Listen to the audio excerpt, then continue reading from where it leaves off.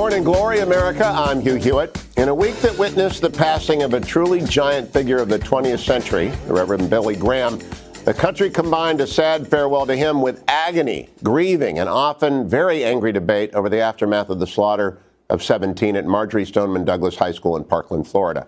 On Wednesday, the very day of Dr. Graham's death, President Trump convened a first-of-its-kind listening session at the White House to hear firsthand from many of the victims of gun violence, from Parkland as well as Sandy Hook. The airwaves generally and CNN's town hall specifically featured often very heated accusations of indifference or even complicity directed at gun owners, elected officials like Florida Senator Marco Rubio, and most especially at the National Rifle Association.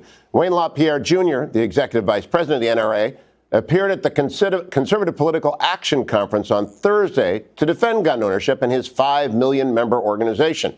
On the same day that President Trump tweeted out support for arming some teachers, those who have extensive training in firearms, at schools, as well as for a more effective system of background checks and an upping of the age limit on purchasing rifles to 21, which would then mirror the federal law with regards to purchases of handguns from arms dealers. I'm going to return at the end of the program with a few words about Billy Graham, but with the hope of keeping the various proposals separate from each other and to chart if and how the American collective position on gun violence and school safety has shifted, or not, I've asked four of the Capitol's keenest observers to join me for two segments today. They are Sahil Kapur of Bloomberg, Ashley Parker of The Washington Post, Jake Sherman of Politico, and Niall Stanage of The Hill. Welcome to you all. Niall, I want to begin with you. The Hill ran a story on Friday about divisions in the Democratic Party over guns, saying on the one hand you've got people like Connor Lamb in Pennsylvania who's all over the place on the issue in the special election. You've got an activist from the Center for American Progress using the hashtag ban all semi-automatic rifles. What's the Democrat position going into the elections of 2018 on what, if anything, needs to happen with gun laws? Well, I don't think we can say that there is one national Democratic position. You mentioned the special election in Pennsylvania. That is one of the interesting areas. That's a conservative district. It's been Republican since 2002. A Democrat running there is having to balance a different kind of set of priorities to someone running in a more liberal district. I do think that there are memories for Democrats going back 20 years and more, thinking that this is not a politically good issue for them. But is that changing? I mean, that's the key question, Hugh. We've seen a number of polls, even in the last week, talking about public support for stricter gun laws being at an all-time high. There's even a CBS poll on Friday showing support for stricter gun laws among Republicans rising by 14 points just in a few months. Yeah, it is. So it is changing. It's changing on a number of different subjects, and let's walk through them in order. And Jake, let me start with you, Jake Sherman. One of the proposals President Trump put forward that the NRA disagrees with is raising the purchase age limit to 21 for rifles. How is the perception of that changing? Is there going to actually be conversation, persuasion, and agreement on that? No, I don't believe there will be. I think this proposal is already flat on Capitol Hill, according to the people I talked to. And you saw immediate resistance from conservatives. You saw Tom Massey, who's a libertarian Republican from Kentucky, say, well, why shouldn't a 19-year-old mother who's at home alone be able to protect herself? Why are we saying that only a 21-year-old mother could protect herself? I mean, there's obviously people who will disagree and say, semi-automatic weapons, you should be 21, just like you have to be to drink alcohol, consume alcohol, all of those things. I just don't think that any proposal to alter the age for buying these weapons is going to fly on Capitol Hill, where Republicans have, for many years, sought to loosen restrictions on firearms and have passed many bills touting their heritage as a party, as a country, of being sportsmen and hunting and things of that nature. I don't see this anywhere close to a reality, and I don't believe the president did any legwork in trying to figure out whether proposals like this were putting guns in classrooms, arming teachers who he said might be military trained. I don't think he did any legwork with members of Congress seeing if these would fly. Ashley Parker, let me turn to you on the question of arming teachers. The president at CPAC again called out that if a teacher had been armed, the guy would have been shot to hell before he shot off. I asked former Secretary of State Condoleezza Rice on Friday for an interview that will air on my radio show on Monday about guns in classrooms. Here's what the former Secretary of State, who is herself a teacher at Stanford, said. Well, I'm not going to be one of them. I don't really like the idea, frankly, of a gun in my classroom.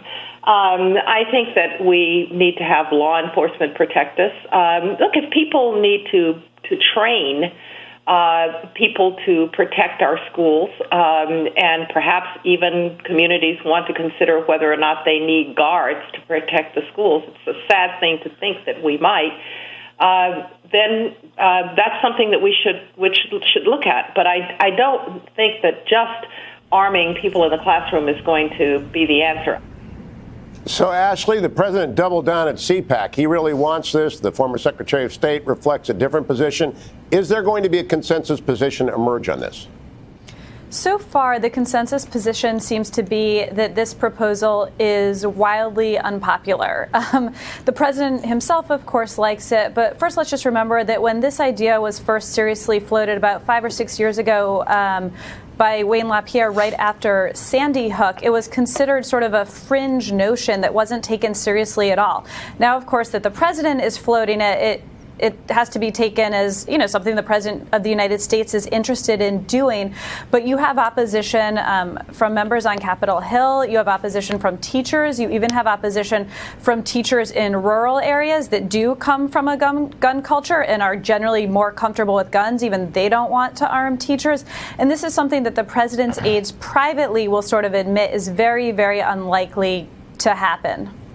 Sahil, let me follow up on that, though. The president often acts intuitively, as he did on the NFL protest, and he doubled down at CPAC, which tells me he's been thinking about it and he's decided to refine it. He's talking about very highly trained, extensively trained teachers, people like SEALs or former combat veterans. Do you think he's going to stick with this all the way through November?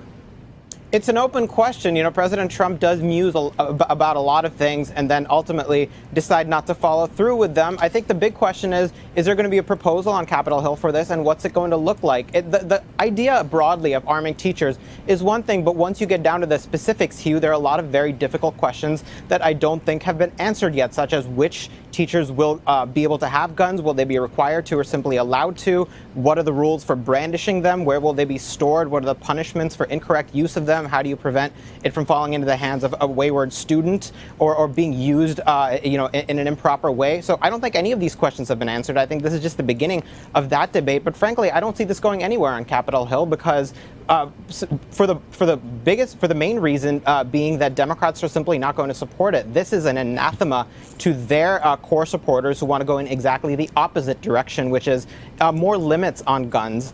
Things like background checks have consensus support in the Democratic Party, including closing the private sale loophole, which Joe Manchin, a Democrat, and Pat Toomey, a Republican, tried to do in 2013. The bigger question is anything going to get through? And I am very skeptical of that, even if it's a 90-10 issue or an 80-20 issue, for the simple reason that for the last 25 years, the gun rights side has been far more mobilized than the gun control side. Yes, people talk a lot about NRA donations, but the bigger issue is that gun rights voters are, in many cases, single-issue voters who have proven time and again that they will punish politicians who take any step in the direction of new gun limits and new gun control. They worry about that. And I spoke to attendees at CPAC who said they don't want to give an inch to the left. They worry the left will take a mile. And any concession, even on something like bump stocks, even on something like background checks, they worry will be a slippery slope to taking away their guns and repeal of the Second Amendment. And the NRA and Wayne LaPierre have done a lot to reinforce that mentality. So unless that is dislodged or unless the left finds its own comparable passion on their side, I don't see the politics around this issue changing. And we have seen some shift on the left in that direction. The kind of the passion that these children and these teenagers have shown has been remarkable, and they're the ones who have kept the story alive.